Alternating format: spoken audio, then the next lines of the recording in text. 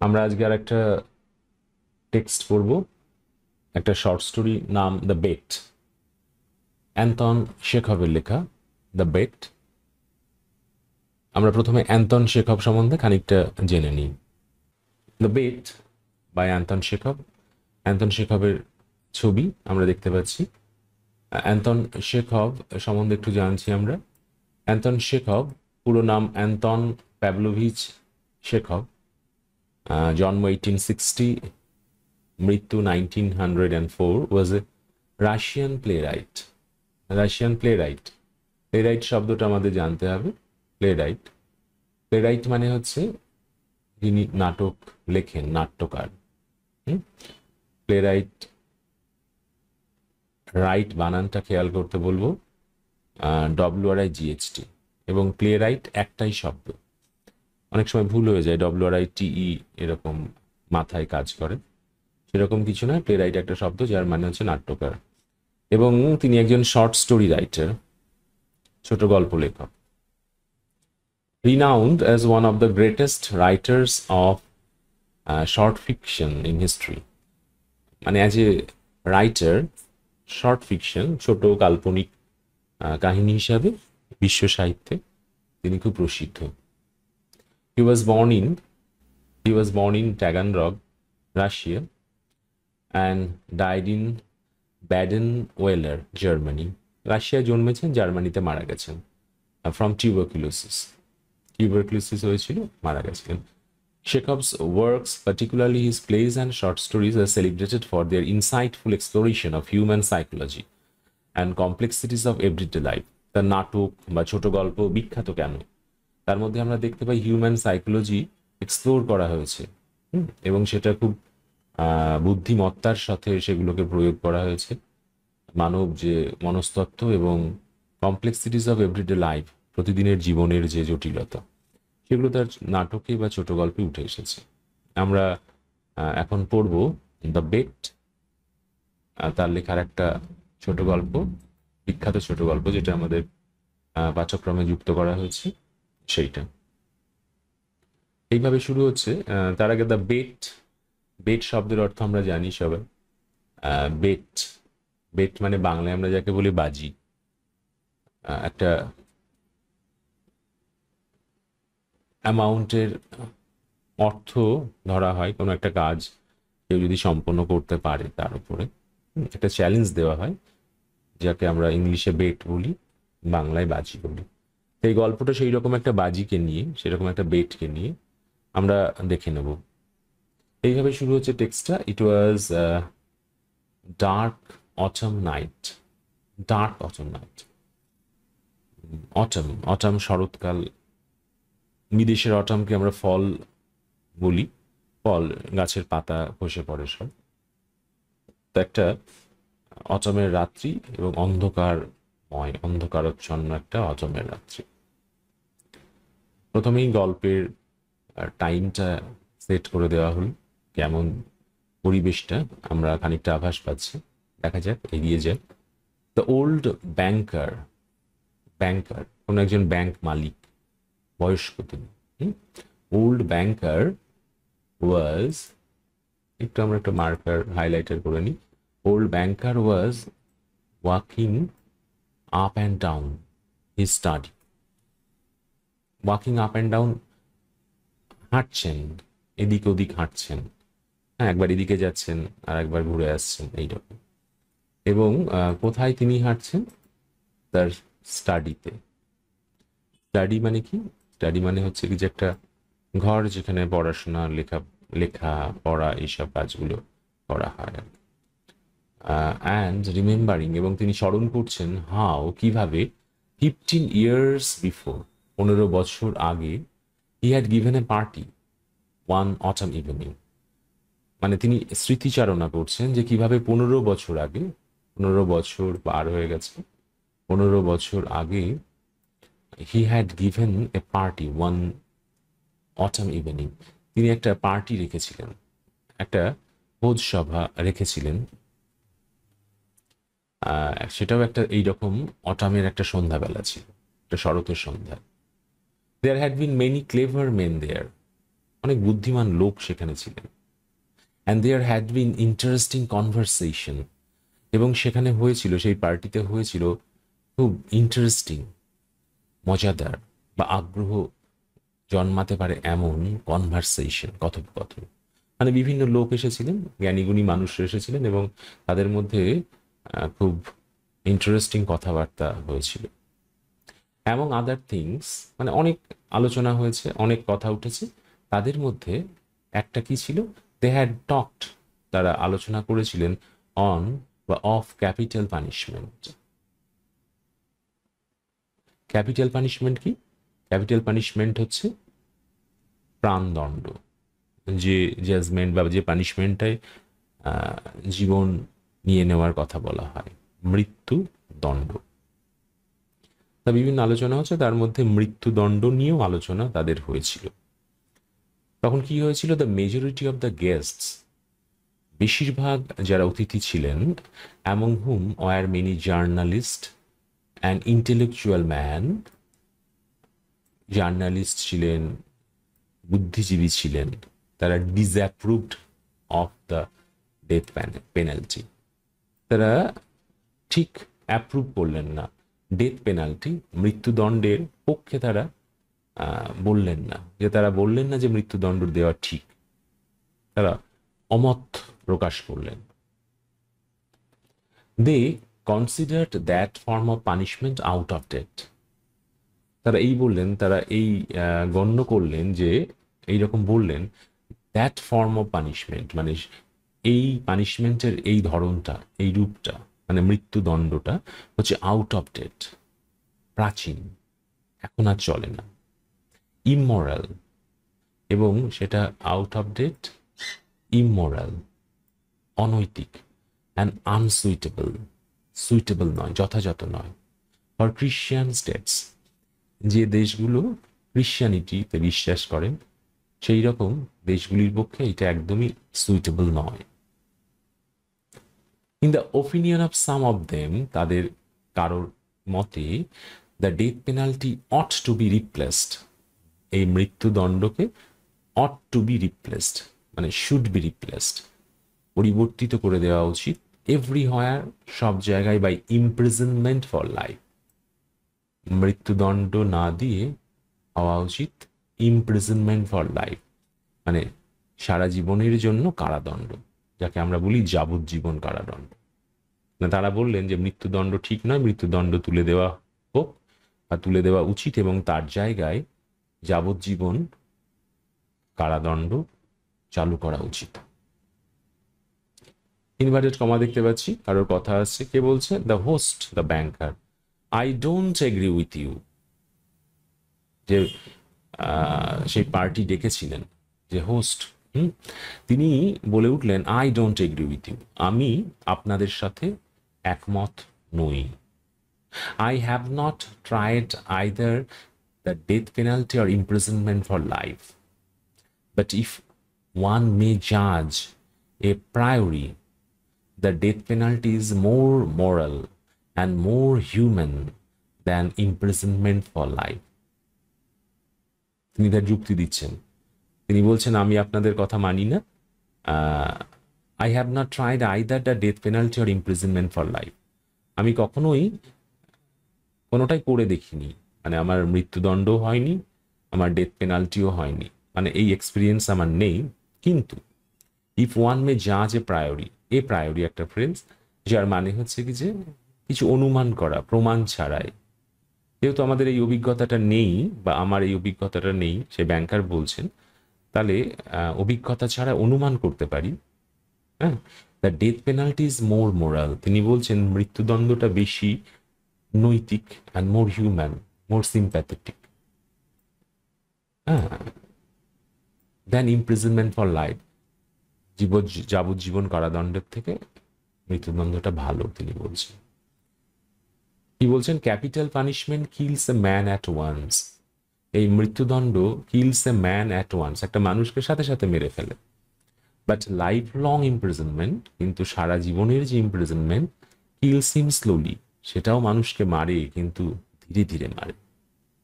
Which executioner is the more human, executioner মানে ঘাতক, হত্যাকারী, যে প্রাণদণ্ড নেবে, প্রাণটা নেবে, যে হত্যা করবে। বলছে সেই কোন ঘাতক ইজ মোর হিউম্যান, বেশি সহানুভূতিশীল, he who kills you in a few minutes, যে তোমাকে কয়েক মুহূর্তের মধ্যে, কয়েক মিনিটের মধ্যে মেরে দেবে, নাকি he who drags the life out of you in the course of many years, কিংবা যে তোমার জীবনকে কেড়ে নেবে অনেক বছর ধরে, মানে ধীরে ধীরে।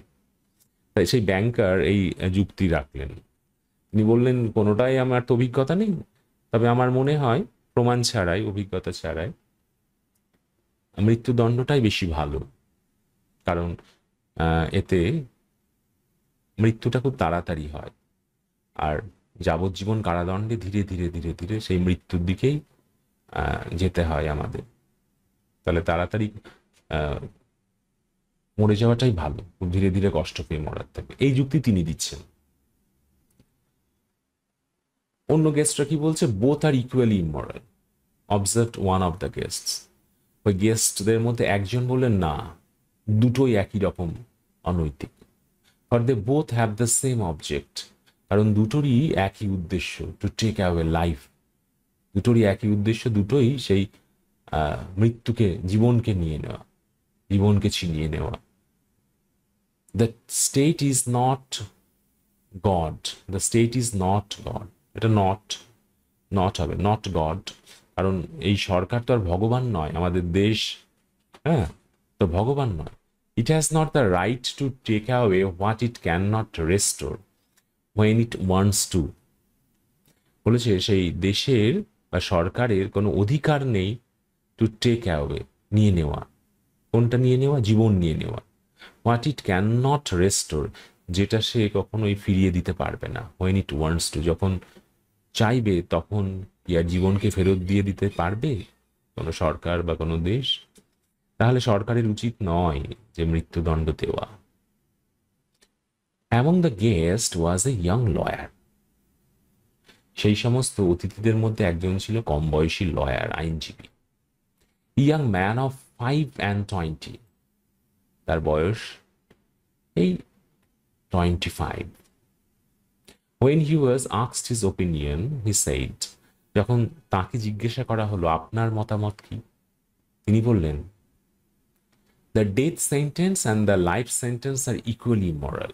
তিনিও বললেন যে সেই মৃত্যুদণ্ড এবং যাবজ্জীবন কারাদণ্ড দুটোই একই রকমভাবে অনৈতিক। But if I had to choose between the death penalty and imprisonment for life, কিন্তু আমাকে যদি চুজ করতে হয়, আমাকে যদি বেছে নিতে বলা হয় এই দুটোর মধ্যে একটাকে, I would certainly choose the second. আমি নিশ্চিতভাবে দ্বিতীয়টা বেছে নেব, মানে যাবজ্জীবন কারাদণ্ডকে বেছে নেব। To live anyhow is better than not at all. তিনি বলছেন বেঁচে থাকাটা মরে যাওয়ার থেকে ভালো। এ লাইভলি ডিসকাশন অ্যারোজ, একটা খুব প্রাণবন্ত আলোচনা জেগে উঠলো, আলোচনা শুরু হলো।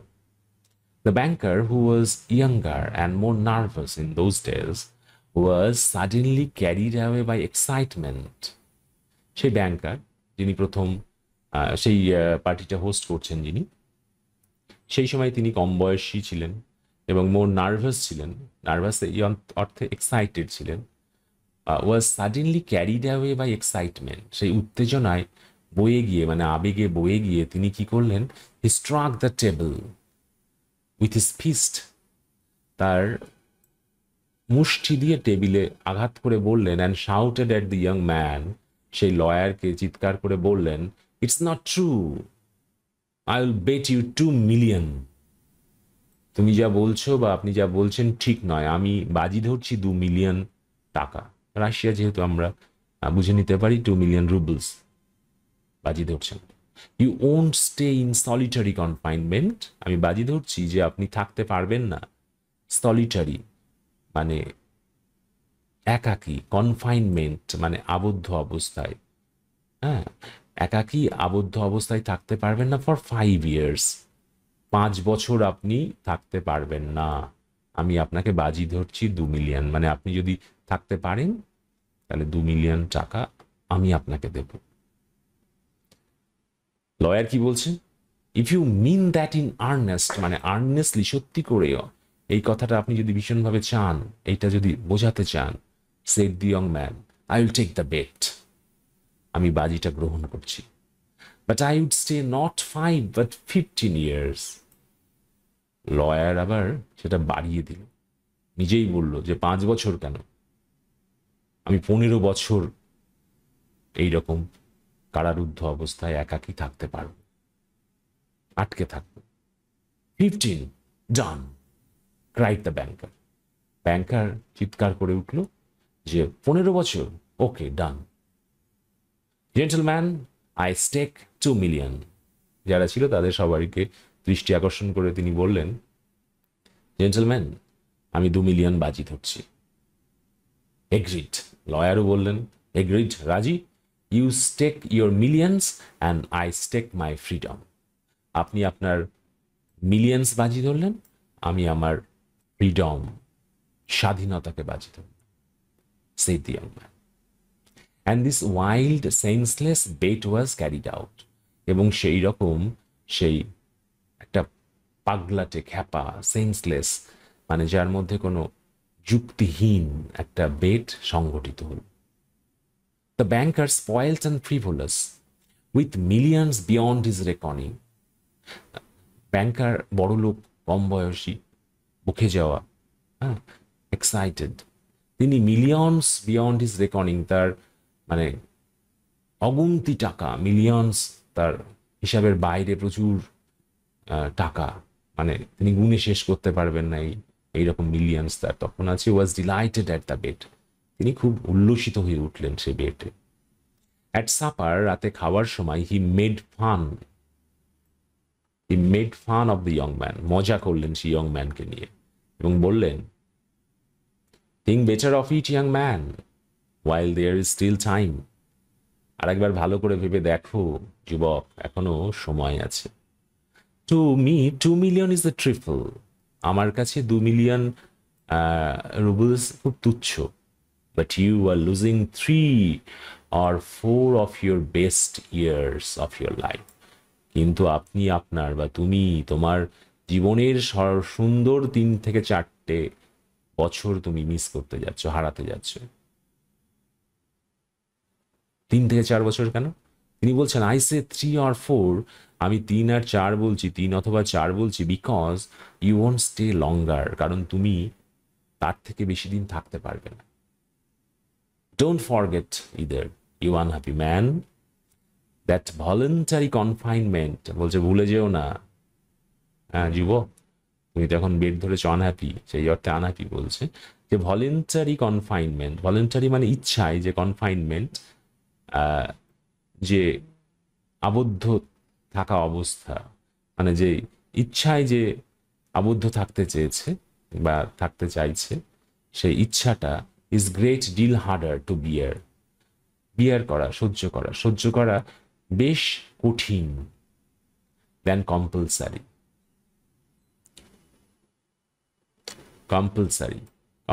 বাধ্যতামূলক, মানে ব্যাপারটা এইরকম যে বাধ্যতামূলক যদি ওকে ওইরকম কনফাইনমেন্টে আটকে রাখা হতো, আর ভলেন্টারি কনফাইনমেন্ট সে নিয়েছে, নিজে ইচ্ছাই সেই রকম আটকে থাকতে চাইছে, এই ব্যাপারটা আরো বেশি পীড়াদায়ক, সহ্য করা কঠিন। কারণ কি? The thought that you have the right to step out in liberty at any moment, প্রতি মুহূর্তে একটা ভাবনা যে তোমার অধিকার আছে, রাইট আছে, ইউ হ্যাভ দ্য রাইট, তোমার অধিকার আছে to step out in liberty, স্বাধীনভাবে বেরিয়ে আসার যে কোনো মুহূর্তে। তুমি চাইলেই তুমি ওই ঘর থেকে, আবদ্ধ দশা থেকে বেরিয়ে আসতে পারো। এই ভাবনাটাই will poison your whole existence in prison, সেই জেলখানায় বা সেই আটকে থাকা অবস্থায় তোমার যে উপস্থিতি, তোমার অবস্থানকে আরো বিষাক্ত করে তুলবে। I am sorry for you, আমার খুব দুঃখ হচ্ছে তোমার কথা ভেবে। এই হচ্ছে কি যে তিনি বললেন ব্যাংকার। অ্যান্ড নাও দ্য ব্যাংকার, আবার সেই গল্পের শুরুতে আমরা ফিরে যাচ্ছি। এতটা কিন্তু আমরা দেখেছিলাম তিনি ভাবছিলেন, he was remembering all about these things, how the bet happened and what happened that night. সব ভাবছিলেন। আবার আমরা চলে এলাম সেই দৃশ্যে যেখানে ব্যাংকার সেই হাঁটছেন, পায়চারি করছেন নিজের স্টাডির মধ্যে, আর ভাবছিলেন যে 15 বছর আগে কি করে বেডটা হয়েছিল। And now the banker walking to and ফ্রো remembered all this, সব মনে পড়ছে তার। আস্কড হিমসেলফ, নিজেকে জিজ্ঞাসা করছে, মানে আমরা দেখতে পাচ্ছি 15 বছর হয়ে গেছে, 15 বছর আমরা বুঝতে পারছি সেই লয়ার নিজেকে আটকে রাখতে পেরেছে সেই আবদ্ধ অবস্থায়। হুম, তিনি জিজ্ঞাসা করছেন, নিজেকে ভাবছেন, নিজেকেই প্রশ্ন করছেন banker, what was the object of that bet, কি উদ্দেশ্য ছিল, বেডটা কেন করেছিলাম আমরা, what is the good of that man's losing 15 years of his life, কি ভালো ছিল তাতে যে একটা মানুষ তার জীবনের 15টা বছর এইভাবে হারালো, and my throwing away 2 million, আর আমি 2 মিলিয়ন রুবল এরকম ছুঁড়ে ফেলে দেওয়ার মতো করলাম। Can it prove that the death penalty is better, এটা কি প্রমাণ করতে পারলো যে ডেথ পেনাল্টি বেশি ভালো আর ওর্স নাকি খারাপ দেন ইমপ্রিজনমেন্ট ফর লাইফ, যাবজ্জীবন কারাদণ্ডের থেকে। মানে আমরা যে একটা তর্ক করেছিলাম সেটা কি প্রমাণ হলো? No no no no, it was all nonsensical and meaningless. Total বিষয়টাই ছিল একদম অযৌক্তিক, অর্থহীন। On my part it was a caprice of pampered man, আমার পক্ষে ছিল এটা একটা ক্যাপ্রিস, একটা খেয়াল, হবে প্যাম্পার্ড ম্যান। আমি তখন একজন প্যাম্পার্ড ম্যান ছিলাম, কম বয়সী ছিলাম, সবাই আমাকে আমাকে ফ্ল্যাচারি করতো, আমি সেটাই পছন্দ করতাম। সেই রকম একটা বড় লোক ছিলাম, মানে ব্যাংকার যেহেতু বড় লোক ছিল, তা তিনি বলছেন তার সেই সময়কার একটা খেয়াল এটা। অ্যান্ড অন হিজ পার্ট, মানে সেই লয়ারের দিক থেকে কি ছিল, এটা সিম্পল গ্রিড ফর মানি, একটা অর্থের লোভ ছাড়া আর কিছু ছিল না। এইভাবে আমরা আজকের এতটাই করছি, এতটাই থাক, আবার পরের লেসনে আমরা ফিরে আসছি আর একটা ভিডিও নিয়ে। Thank you.